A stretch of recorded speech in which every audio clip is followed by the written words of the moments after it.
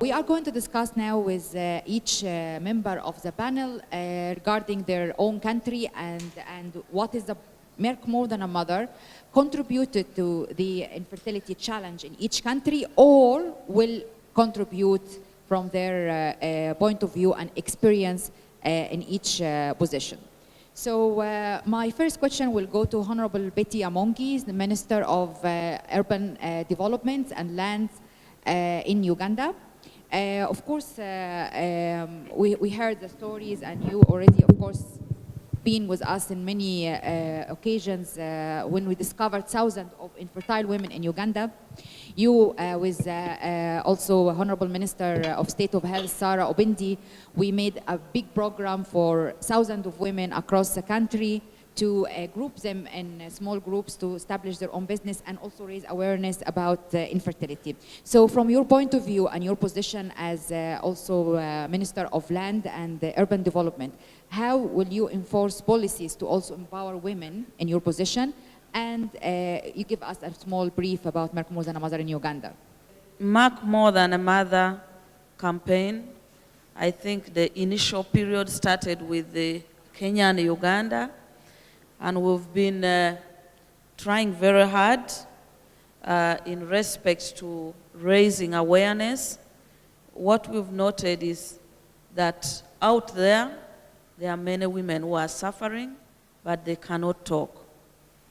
Improving access to fertility care and raising awareness to destigmatize the community, to support the women, is at the core of the role of leaders, the role of members of parliament, the roles of the ministers, the roles of community leaders at the local government is important in raising awareness.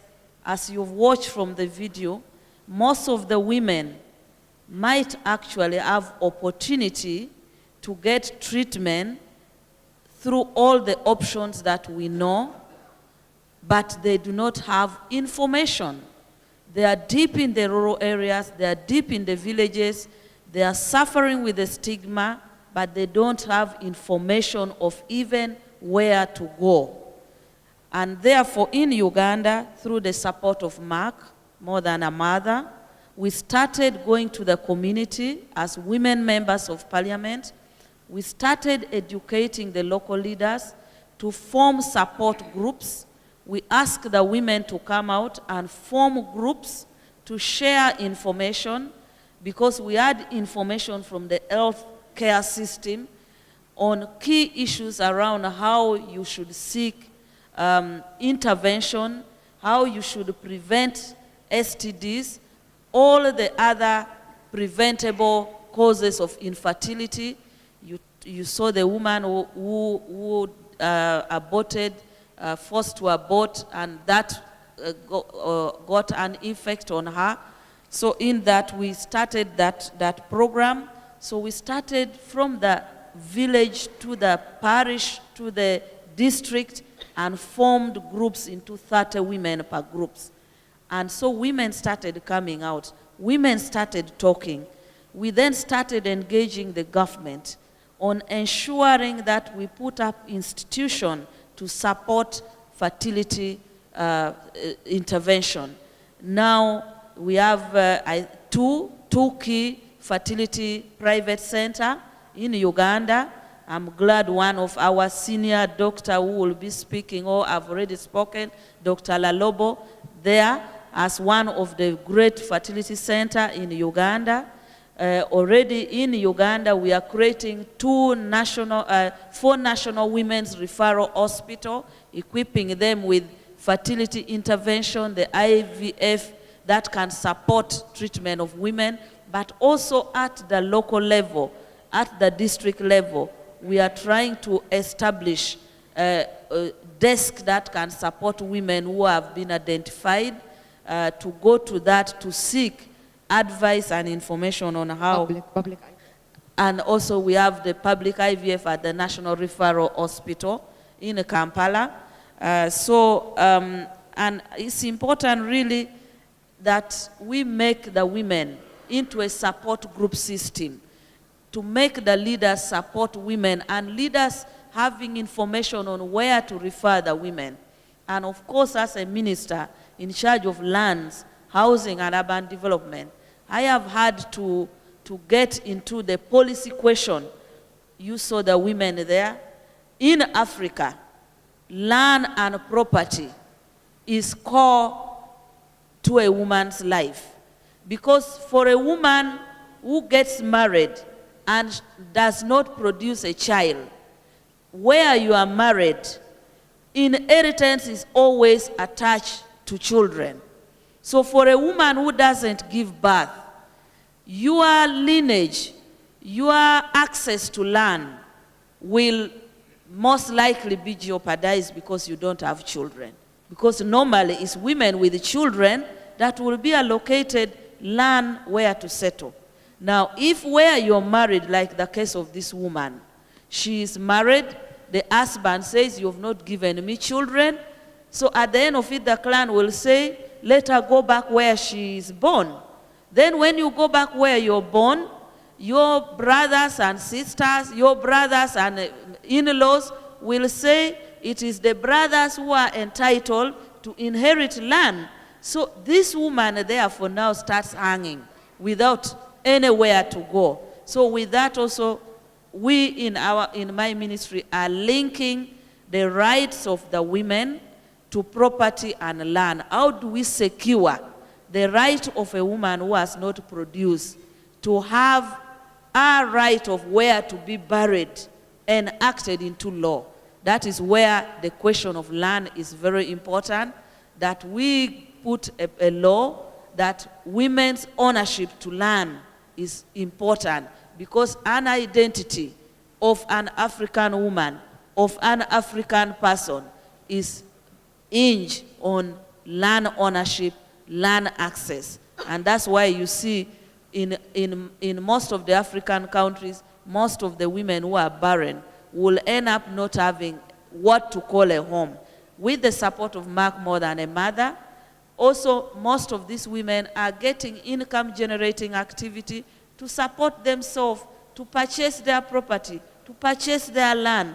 And in some circumstances, when they get this support from Merck More Than a Mother, then the husband starts changing, accommodating them, having them more nearer because they have economic empowerment. And sometimes that will support the woman to at least be in a society where she can call home. So I want to congratulate Rasa for all the programs that you are spreading throughout Africa and Asia.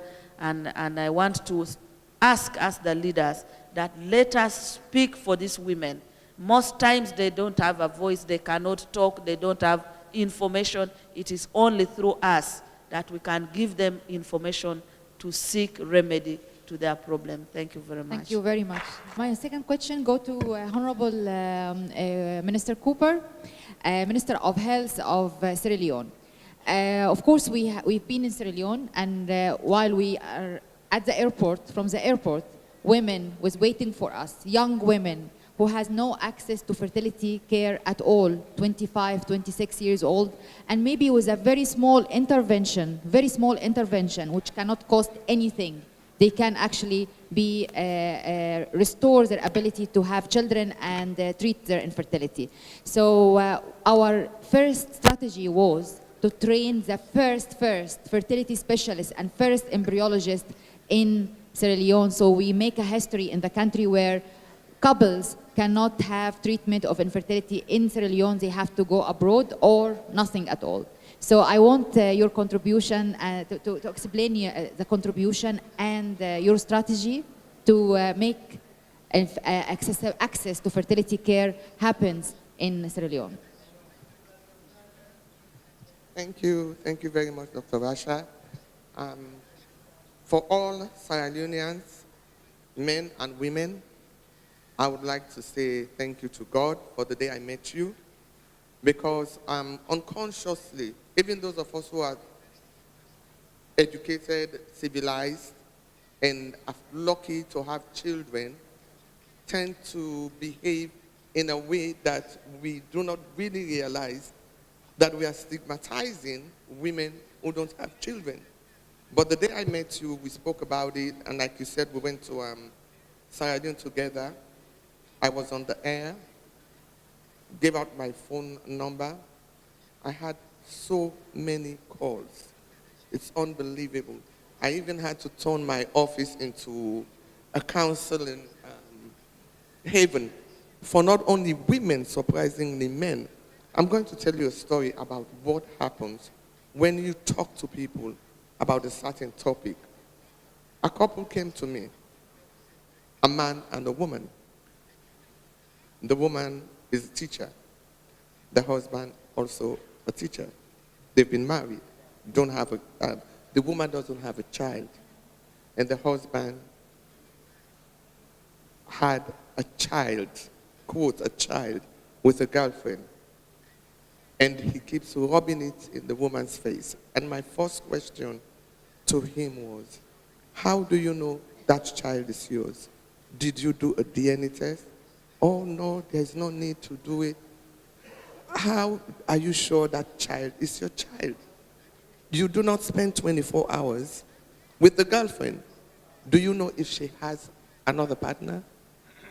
Do you actually believe she's only sleeping with you?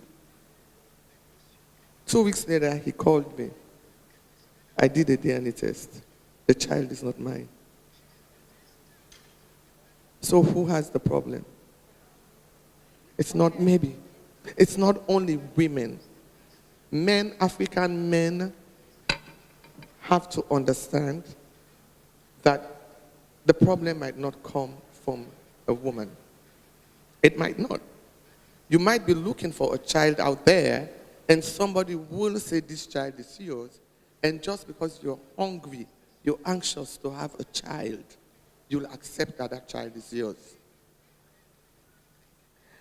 Another thing that I found out after I went on the radio, TV, talking to people, women started coming up.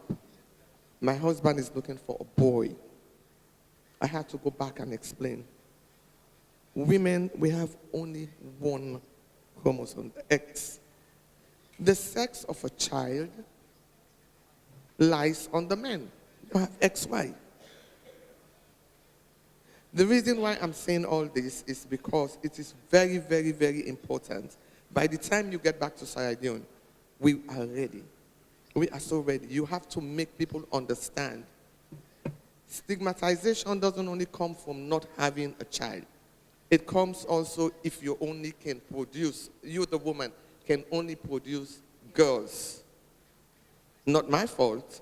If you cannot give me an X to match the Y, it's not our fault. So men also have to own up, especially African men. The sex of a child does not determine how productive a woman is or how effective you are as a husband. It doesn't. A child is a human being. Mark More Than a Mother is a blessing to Africa. It's a blessing to women. And if men accept that you don't have to be a mother to be a woman, it can also be a blessing to the men. Not everybody is destined to have children. Some people choose not to have children. So for those of us who are fortunate to have children, thank God, we're lucky. We are lucky. You do not ovulate every time. You might keep missing that ovulation period. So we are just lucky. Some people have, simple diseases, very simple. They don't know.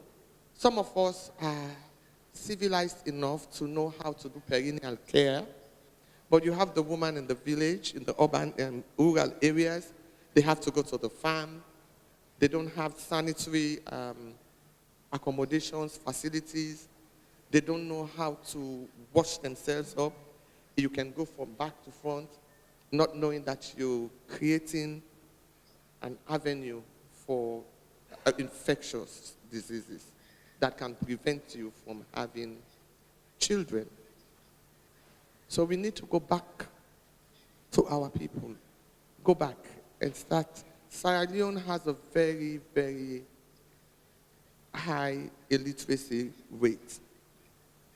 So for us, it's more of teaching. And thank you very much. You already started, MoreThanAMother already started training our clinicians. I mean, 2 people have already gone. We are ready. They're here. They're already here. Dr. Sulaiman. 2 of them are here. Capacity building. Yes. Dr. Conte, a very young guy. Can you stand up? And Sophie and Cisse, all the way from the rural. Both of them young, so they can be able to train. Unfortunately, we don't have that many doctors in Sierra Leone, and most of them are not, well, I can't say they're old, but at least the young ones can keep training and training and training. So for Sierra Leone, we are happy. We will keep teaching. By the time we're ready to start the IVF clinic itself, it's a done deal. We're ready. Men, women, keep coming to me. We are, like I said, ready to receive the first IVF baby. And I believe it will be a girl named after either Rasha or Zulai. Thank you. Thank you very much. Thank you. My third question goes to Honorable Susan, the Minister of Women of South Africa. And of course, the first time, as newly, joining us for the first time in Merck events and Merck MoreThanAMother. So what do you think about the campaign, and how do you think it will contribute to South Africa in terms of training, or in terms of raising awareness about infertility stigma and breaking the stigma of infertility in South Africa and other African countries? Thank you. Thank you, Sisha, for that question. Thank you for inviting us as South Africa, but also participating in this meeting now. I must say that Merck Foundation and Merck MoreThanAMother, one relates it quite clearly to South Africa. I think it's a relevant campaign for us because issues of health in South Africa are a priority, especially for women. Currently, we're running various programs which intend to address challenges which faced by women, including infertility.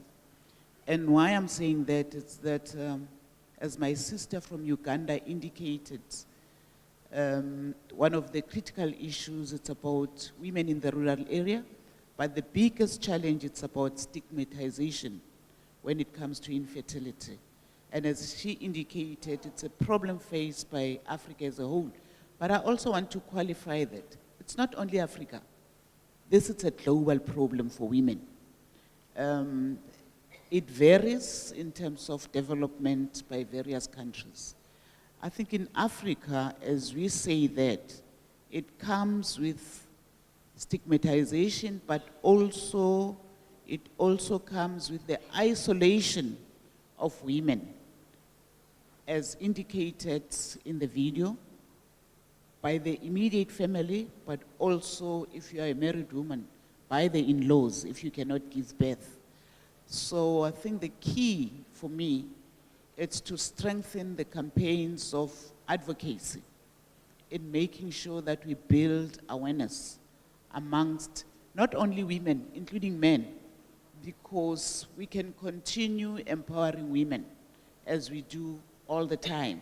But we also have to build awareness amongst men, because if you don't educate the men too, it means they'll be left behind and continue be in denial. So the campaign of you are running currently becomes very important in the empowerment of women.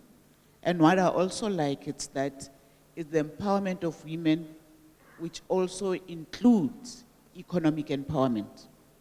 Because economic empowerment brings self-esteem, dignity to women. Because part of the problem and the challenge we face also in South Africa is that when women are dependent, they become victims and they continue to live in abusive relationships because they are unable to take care of themselves. So that's some of the issues which we need to look at. And as a country, that's why health matters have become a priority, including ensuring that women understand they can also go for testing for various STDs. And it's not only women. It's also about educating men to stop being in denial, because they always say when there's infertility, it's women who are infertile, without themselves verifying whether they can give birth as men. So it takes both ways, both men and women. So for me, it becomes important that as we deal with the empowerment of women and making sure that this campaign advances, it will also ensure that we don't leave men behind, because you live with a society which continues to be lopsided towards a blame game towards women, where men think that they are, they are there, they can give birth, when they have not made verification. So I think in South Africa, as we take this campaign forward, it would be right to make sure that also men participate, but also making sure that the campaign itself, it's linked to various health institutions and being promoted in the rural areas, because that's where the major problem is, as we all know. And that's where we find men becoming abusive by thinking that because they paid lobola, and they think that therefore they are entitled and they can provide. So we have to empower rural women by making sure that they understand their status, but also they go on regular checkups. That's what we are doing in South Africa to make sure that we continue advocacy in training women, in making sure that women understand their status, but also in making sure that access to health facility can reach out to rural communities, because that's where we have major problems. And I think that destigmatization campaign or awareness programs are very, very critical. And I like what my sister said, to say using media, radio, in reaching out to our communities become very important, where the various messages can be carried through in ensuring that we reach out to all sectors of our communities. Because if we don't do that, and we don't also skill women, women will continue to be victims in their relationships because they're always at the mercy of men. So training, capacitating women becomes very important for any country. And in South Africa, when we partner with yourselves and the foundation, that would be critical components which we'd like to advance. And not only that, the creation of professionals in these particular areas becomes very, very important in ensuring that we continue to develop capacity in our countries. We're starting this year from this visit or this event to roll out Merck More Than a Mother in Niger. And with very great honor that we have our Her Excellency First Lady to be the champion ambassador for Merck More Than a Mother in the country. So as your role as a Minister of Health, how do you see, first of all, the fertility challenge in Niger? And how you see Merck More Than a Mother will contribute to remove this challenge or the stigma of infertility and improve access to fertility care?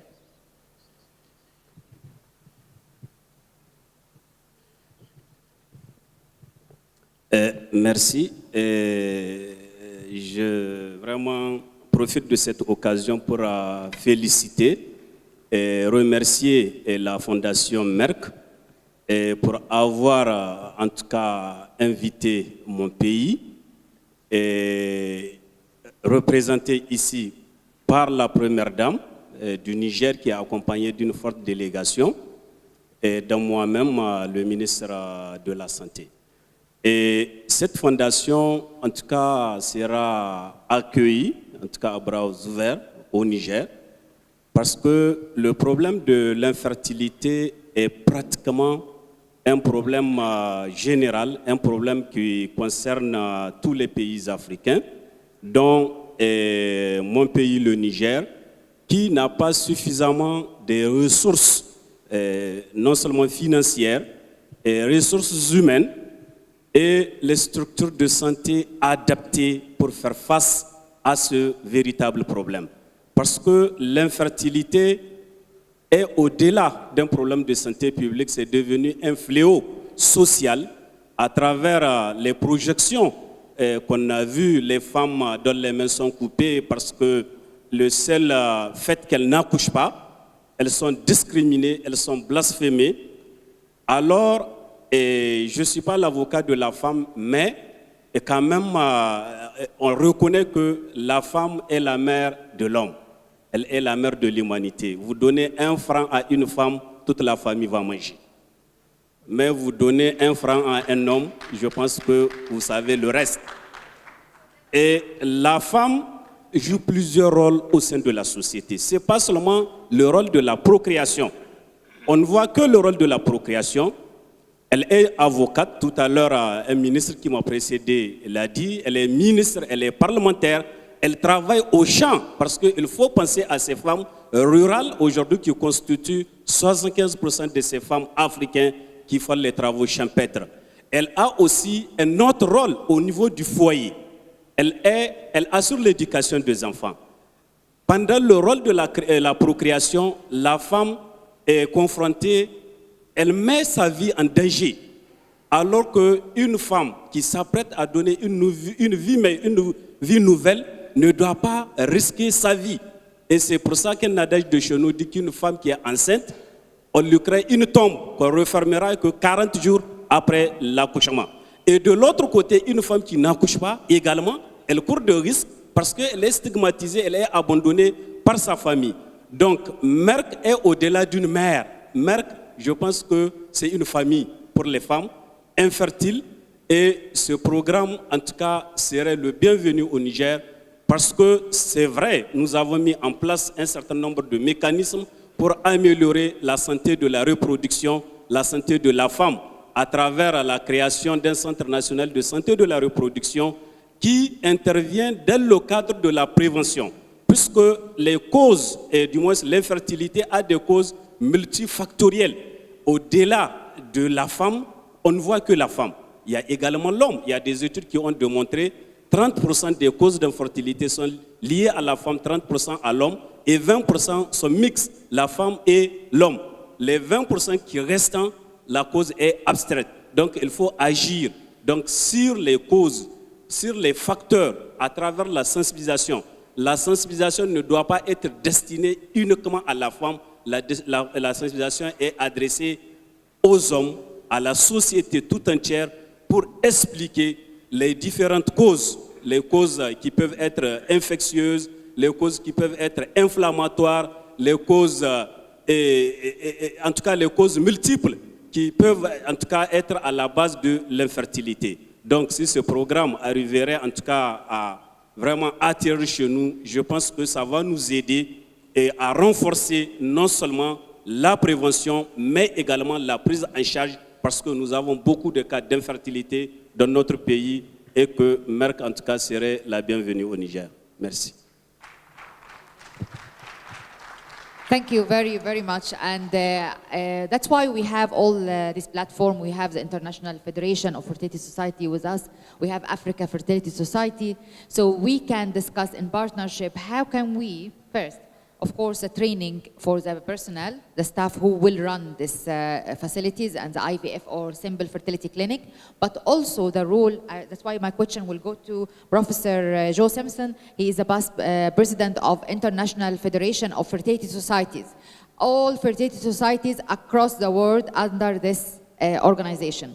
So he can easily talk to us about how can we start to mobilize maybe a small help or guidance or fund to build small fertility clinics in these countries, giving that the country or the Ministry of Health will give the premises, for example, the land and the building and everything ready just to put some equipment.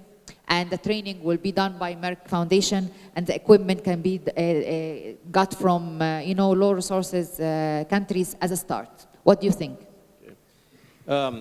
First of all, Rasha, and to the other authorities in the Merck Foundation, I'd like to thank you for inviting me. It's been an excellent meeting. I've learned a lot already, and still we have a lot to go here. I think it's worth taking a step back and reflecting, first of all, on what the Merck Foundation, Merck More Than a Mother program in particular, has accomplished worldwide. I don't think it's appreciated. For many, many years, the World Health Organization has considered the fertility field to be preventing fertility. It's as if it was not an issue. The pain of being childlessness in Africa didn't matter because there were other problems that required the resources, and it just was not on the radar screen. And the mere fact that Merck took a stand and said, in these vulnerable countries, improving rapidly, but still resource stressed, this was a major issue, I think opened eyes worldwide. And I cannot emphasize that as much. The only aspect of the World Health Organization that really had a focus in this area was preventing infertility, contraception, and the likes of that. The fact that you have identified this as a problem has totally changed it, along with the help of organizations like the International Federation of Fertility Societies, the International Federation of Gynecology and Obstetrics, European Society of Human Reproduction. We now have a major focus at WHO on fertility capacity.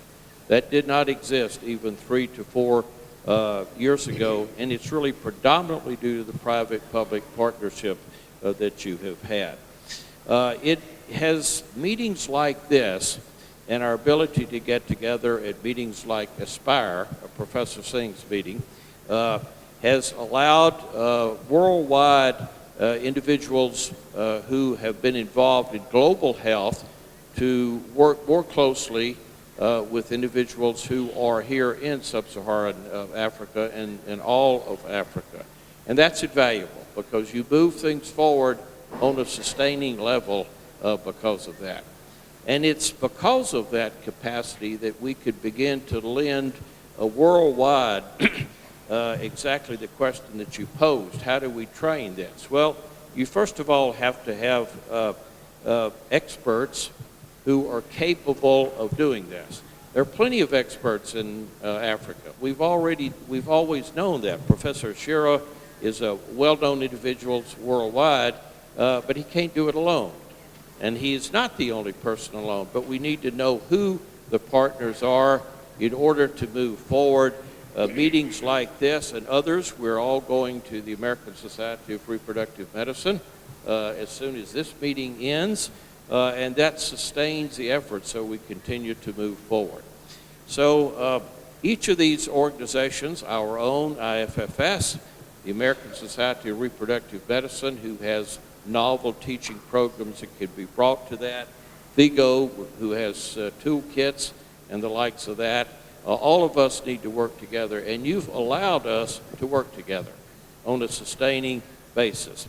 The embryology program is simply the paradigm. It's one that we've looked at. It's amazing that the Merck Foundation and your program, Rasha, has realized that it doesn't take training for 5, 10 people. It takes training for huge numbers of individuals because we expect to continually expand the capacity for in vitro fertilization. And once you do that, you have to have a sustaining number of trainees. Yes. Because if one leaves, maybe the entire program stops. Yes. So Americans are famous for coming in and building a small clinic, taking many photographs in a movie and going back home and not returning again until 5 years later. Meanwhile, the equipment is no longer functioning. Their goodwill and intention was not followed up. So you've allowed us to follow up. And finally, I just circle back to say we are at a sustaining level here in which the world has noticed what is being done. for fertility capacity here in Africa. At this stage, we've made so much publicity, we've made so much press and public relations that we are in a cannot fail situation, both from the professional side and from the global health and what your own commitments are. People are looking at us, and we're in a fishbowl, you know, and they're seeing what has been accomplished by individuals here like Professor Oshiro. As soon as we finish establishing the human skills and the training, we will have to look at the infrastructure and how can we sustain that with a small, simple structures in every country based on the commitment of the government and the Ministry of Health to provide the place and the premises and the management of the premises with the trained and skilled specialists.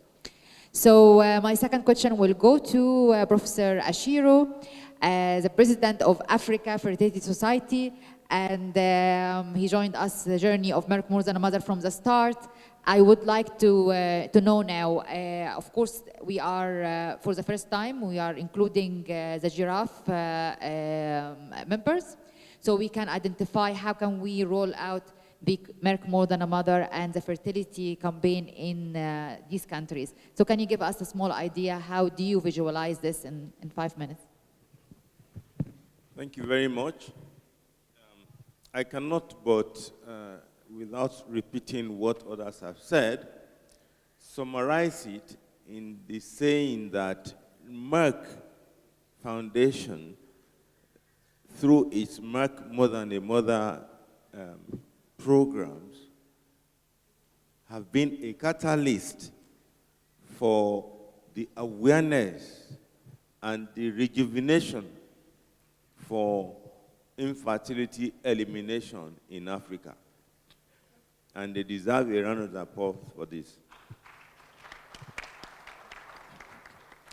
But without wasting time, let me say that the movement has to be in 4 areas. We can go from bottom to top or back.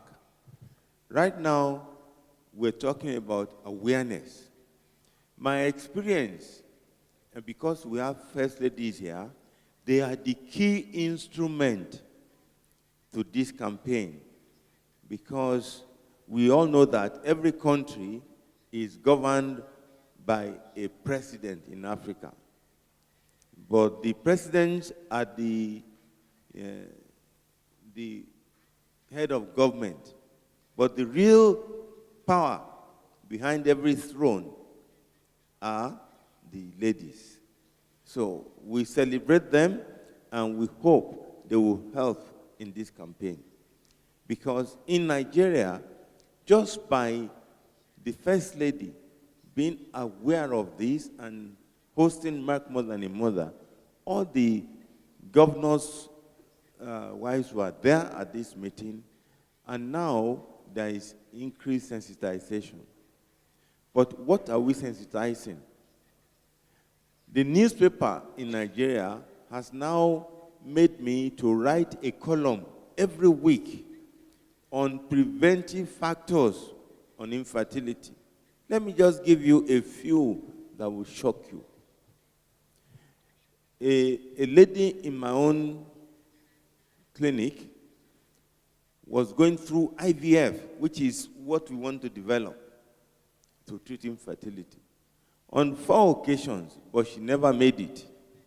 And then we said, okay, there must be something that these good embryos that have been selected normal through pre-implantation genetic diagnosis are not getting you pregnant. We did a test of what we call bioenergetic screening, and we found out that she had antimony, which is a heavy metal. And she said, oh, where did this come from? And we found out that these are present in the rubbers that are used to cover the pedals of a car. When you drive the car and you press on the pedal or the brake, those rubbers have antimony. And she said, yes. When she goes to drive, she removes her shoes and she drives with bare feet. When these were removed from her, 4 months later, she became pregnant without going through IVF. So, it is known worldwide now that heavy metals such as mercury and other ones can prevent infertility. We now wrote in the paper that women should not drive without putting, even if they have high heels, they should remove it and put a rubber slippers to drive. Another example, men using artificial sweeteners, men spraying the room, men working in the paint industries. So these are information that needs to go into the public. And each country needs to recruit people so we can prevent this. An example again is chlamydia infection through STD, which is a silent infection. Most women don't know. So we have to find out because it causes miscarriage. So there are many like that which has come to the forefront. The second thing I want to say is that men, it's not that men are not ready to come up for infertility. Now that men know that there are options, like a lot of men who have low sperm or no sperm at all, they know, but they are afraid to say. Now they know that there are treatments for it. They are coming to the clinics. Most men will come to me first and say, doctor, I think I have no sperm. Is there a treatment? Can you start? Then I will bring my wife.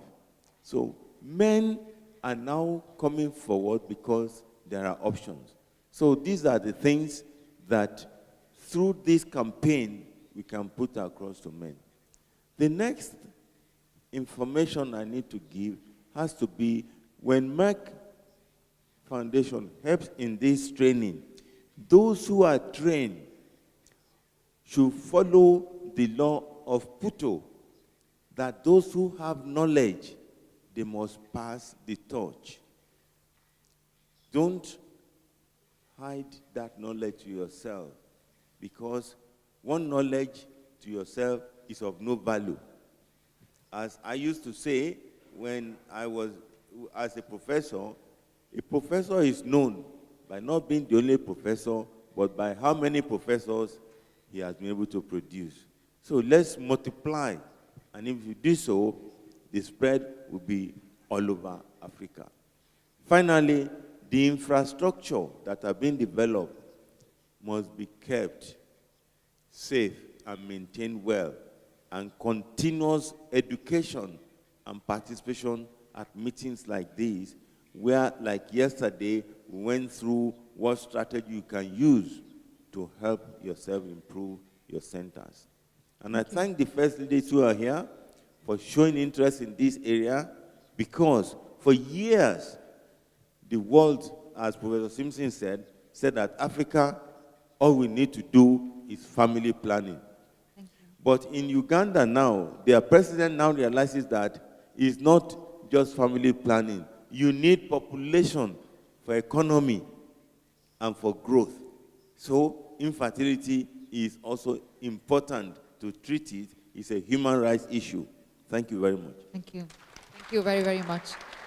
And fertility treatment is a human right. I mean, it's a human right for every person to choose whether to have children or not, and how many children and where, regardless the economic, of course, status of any person.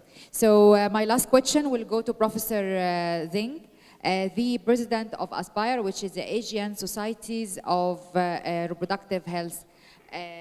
So all the Asian fertility societies are under the ASPIRE, and Professor Zing is the president. And of course, as you know, we have started for the first year to have Merck More Than a Mother in Asia. And we focus on 5 countries, which is Nepal, Bangladesh, Cambodia, Myanmar, and Sri Lanka. And we started to send candidates from each country for training. And we will have the angle, Asian angle for Merck More Than a Mother also to start to empower women and raise awareness and break the stigma. So can you give us some feedback about the Asian challenges or the challenges of infertility access in Asia? Thank you, Russia. I think from the video, I think the poor lady, her name is Geraldine, she lost the fertility potential because of miscarriage. I think the main problem probably is due to infection, which causes blocked tubes or maybe some uterine synechia. So if this poor lady can receive early treatment, antibiotics, maybe she can keep the fertility potential. I think nowadays there's a wrong perception infertility equivalent to IVF, which is wrong. We still can have low-cost infertility treatment. For example, nowadays many women with endometriosis. So if we can use the laparoscopic surgery to remove the endometrioma or chocolate cyst, this lady maybe will not receive IVF. Of course, the Geraldine, finally, if she can receive IVF treatment, she also can get pregnant. Yeah. The other thing is such as PCOS. PCOS ranks number 2 indication for those patients with infertility. So, but if we can modify the lifestyle, for example, reduce the BMI, reduce body weight, also with very low-cost medication, the lady may ovulation, so they can conceive. And the other things, we can use some surgical approach, such as hysteroscopy, to remove the uterine polyps or remove the Asherman syndrome. So that is very cheap, very easy to enhance the female's fertility potential.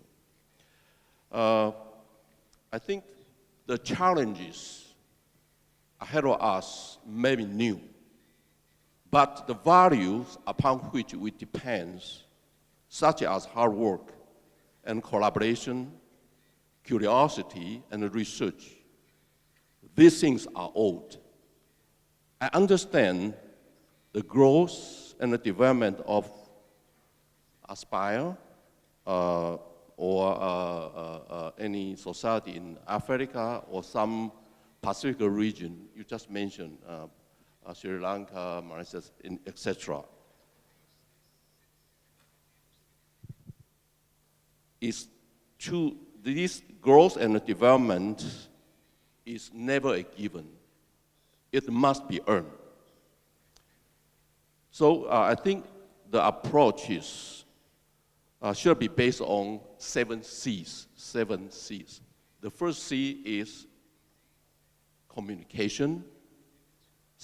Second one is cooperation, collaboration, coherence, commitment, continuity, and consistency. So as a caliber of the president of Aspire, and also has been the dean of medical school for 9 years, I would like to cooperate with Merck Foundation. I think my role is to pray as a designer, educator, and most importantly, a cheerleader to serve the society we rely on. Thank you very much. Thank you very much, Professor Deng. And of course, I would like very much to emphasize on your point that there is a big difference between fertility treatment and IVF treatment. That's why I insist to develop and train the fertility specialist first, because there is a lot of interventions to treat fertility before even go through the IVF.